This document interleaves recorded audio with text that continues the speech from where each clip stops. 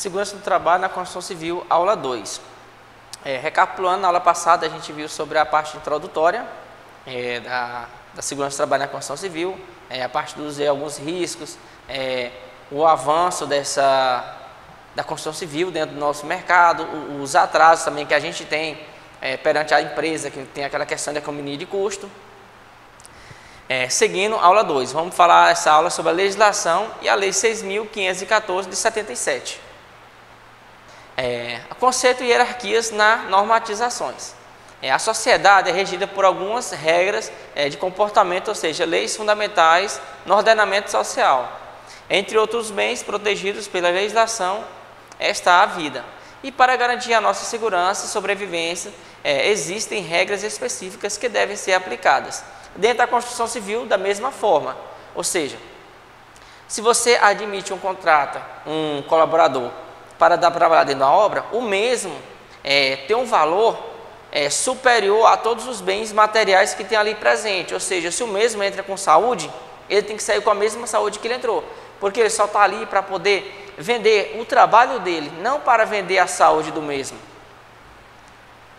Seguindo a legislação, a gente tem as 37 NRs. A gente não vai citar o nome de todas aqui, mas durante a visualização de vocês da aula, vocês observem sobre a NR1, que é documentações gerais, ASO, PSMSO, a NR2, é uma NR que foi revogada, a NR3, que é embargo, interdição, de onde a gente vai falar isso mais na frente, e assim sucessivamente. Ou seja, todas essas NRs têm uma finalidade, onde as mesmas para cada atividade de risco que a gente tem.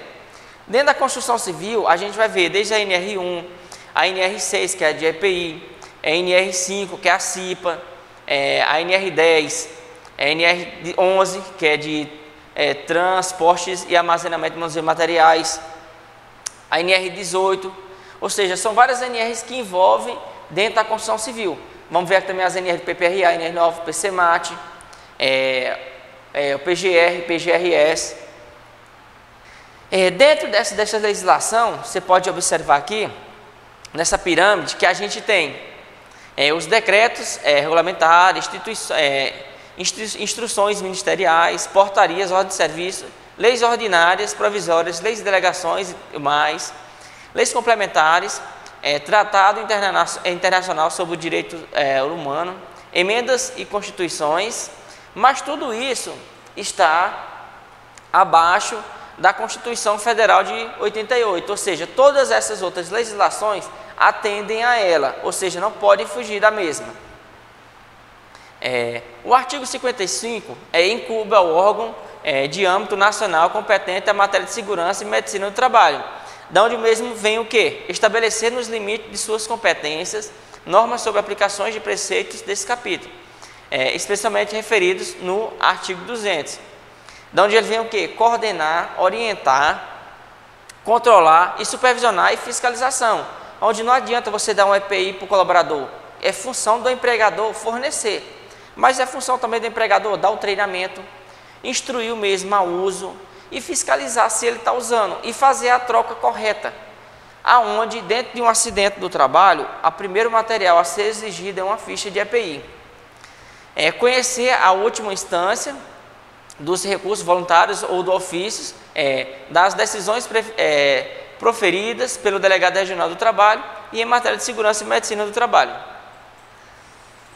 O artigo 156 compete especialmente às delegacias regionais do trabalho, nos limites de suas jurisdições, promover e fiscalização do cumprimento de normas de segurança e medicina do trabalho, ou seja, é função deles ver se o PCMSO está sendo feito pela empresa, se os periódicos estão todos dentro do prazo, se todos os colaboradores estão usando o EPI, se os colaboradores estão tendo aquela carga horária obedecida, se está tendo hora extra, se está tendo os 30% da periculosidade ou insalubridade dentro da atividade, ou seja, é do poder da Delegacia Regional do Trabalho fazer essa fiscalização.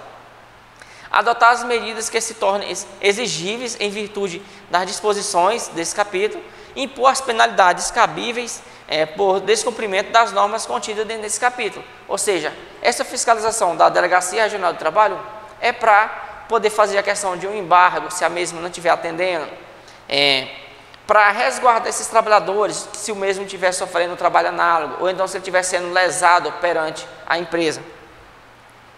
Hoje é o artigo 157, cabe à empresa cumprir e fazer cumprir as normas de segurança e medicina do trabalho, PCMSO, treinamento, fazer o pagamento correto do salário dos colaboradores, não atrasar, respeitar os dias úteis, pagar o adicional noturno, insalubridade, periculosidade, fornecer treinamento, EPI, não coordenar, colocar a técnica de segurança do trabalho, fazer a CIPA corretamente, instruir os empregados através de ordem de serviço. Ou seja, quando você entra dentro da empresa para você ser pedreiro, você assina uma ordem de serviço para pedreiro. Lá vai dizer suas limitações, a que tipo de atividade você vai fazer, até onde você pode ir, os EPI que você vai ter que usar, entendeu? Não por quê? Porque você não tem um desvio de função. Se você é pedreiro, ninguém vai te colocar para poder fazer um trabalho de elétrica, porque você não tem aquele treinamento de elétrica. E você não está utilizando os EPIs de elétrica para poder fazer aquele treinamento. No artigo 158, cabe aos empregados observar as normas de segurança, colaborar com as empresas na aplicação dessas normas. Parágrafo único. Constitui auto faltoso do empregado a recusa injusta na observação das instruções expedidas pela empresa e na recusa da utilização de EPIs e na falta também desse treinamento, aonde essa recusa pode gerar a demissão por justa causa desse colaborador. Já no artigo 162, as empresas, de acordo com as normas a serem expedidas pelo Ministério do Trabalho, estarão obrigadas a manter serviços especializados em segurança e medicina do trabalho. Classificação da empresa segundo o número de empregados, ou seja, de acordo com a quantidade de empregado, você vai estar dimensionando se vai ter CIPA, a quantidade de técnico de segurança do trabalho, se você vai ter que ter um técnico de enfermagem do trabalho, ou enfermeiro do trabalho, ou um médico do trabalho, ou um engenheiro de segurança do trabalho. O número mínimo de profissionais especializados, a qualificação exigida para os profissionais e a questão também da experiência, as demais características e atribuição dos serviços. Já no artigo 164, cada CIPA será composta de representantes dos empregados, que é onde os mesmos vai ter aquela votação para fazer a eleição, a votação, e onde os mesmos vão estar participando dessas reuniões. E a empresa, que é a empregadora, vai indicar os dela para poder fazer a composição dessa CIPA durante as reuniões. Os representantes dos empregados, os titulares e suplentes, os mandatos dos membros eleitorais da CIPA terá duração de 1 ano, permitida uma reeleição. Ou seja, e eles mesmos têm, como é que se diz, esse 1 ano de emprego garantido na empresa, ou seja, eles não podem ser demitidos durante esse pleito da CIPA, a não ser que os mesmos cometam algum tipo de penalização que vá acarretar a perda do seu cargo. O empregador designará anualmente, dentro dos seus representados, o presidente da CIPA, e os empregados elegerão dentre eles o vice-presidente dessa reunião. Seguindo aqui na legislação, que a gente tem desde a questão do equipamento individual de proteção, o EPI, que é feito dentro dessas reuniões. Você vê uma frente de serviço que está necessitando de uma tenda, de mais um banheiro químico, ou seja, isso é discutido na reunião. Se dentro do refeitório não está tendo climatização, se a comida não está de qualidade, ou seja, tudo isso é discutido dentro das reuniões da CIPA. E a questão dos EPIs, equipamento de proteção individual, também é discutido. Se as mesmas estão tendo o CA, que é o certificado de aprovação, ou seja, se esse equipamento foi testado, das medidas